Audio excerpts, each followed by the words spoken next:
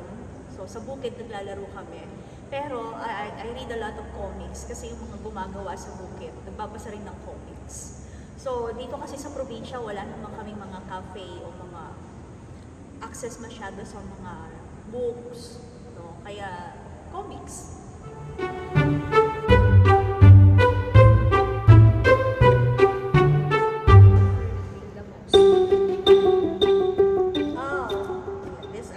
This one. Maybe price ko na siyang binasa.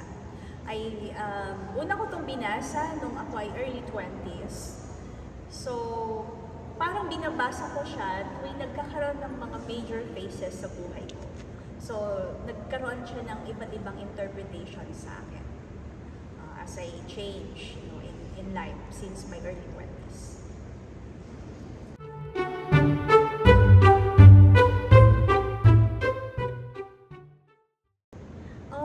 Madami, pero I'll share a few of my favorites. No? This one, Lighthouse Keeping by Janet Winterson. Binasa ko to nung nagta-travel ako papunta ng Thailand. So, somehow, it helped me to appreciate the purity of friendship and love. Okay. Another is The Glass Castle by Janet Walls. Matagal ko na itong nabili sa Sabah, Malaysia.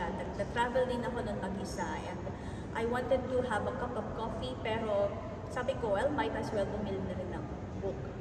This one is very important to me kasi somehow it helped me to understand my relationship with my father when I was in my 30s.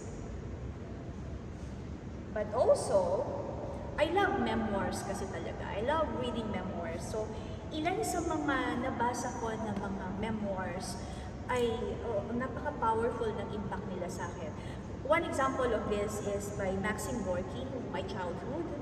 So, this is a Russian literature and it depicted yung poverty but at the same time yung paano nag-grow ang isang person who is so good in literature out of his experiences with his family and in poverty.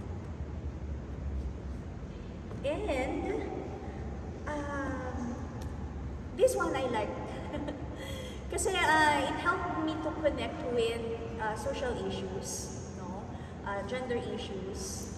But this is a cute book actually, pero napaka-critical niya kasi pinag-uusapan dito yung positionality ng kababaihan, yung ating freedom, the way we express, yung ating artistry, yung ating critical thinking, sa panahon na nire-repress ang ganitong mga kalayahan. So, this is a special book to me as well.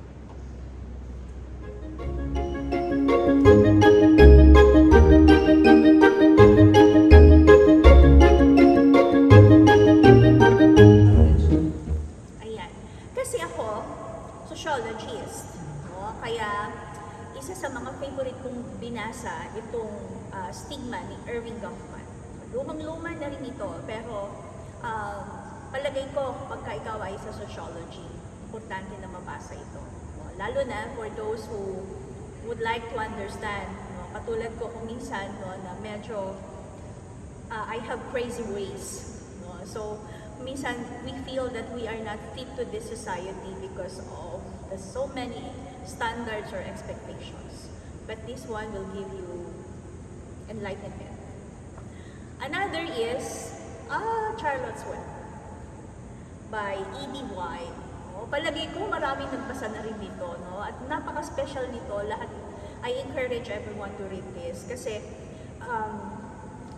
sa profession, sa trabaho, sa araw-araw na buhay, this is a very helpful book kasi somehow I learned friendship, I learned how to be human but at the same time, be kind. In this book, Appreciation of Human Kindness.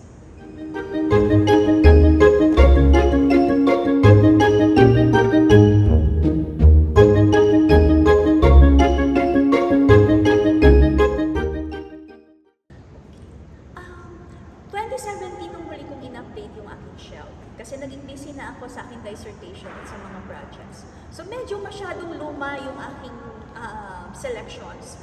Pero kung magre-recommend ako ng additional books na pwedeng talagang worth basahin. Well, of course, I love this one, Leo Tolstoy, Anna Karenina. But also this Paulo Coelho, Brida. Okay?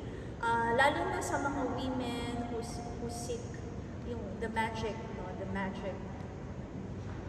And then, Franz Kafka, Metamorphosis. This one, very emotional sa akin itong book na ito. Napakaganda. Khaled Hosseini, The Kite Runner. And dahil nag-umpisa akong magbasa sa comics, at ito, nung nabasa ko to, napaka-visual talaga niya. No? I love how the story was told and then gives me a lot of imagination. This is by Mikhail Bulgakov, The Master and Margarita.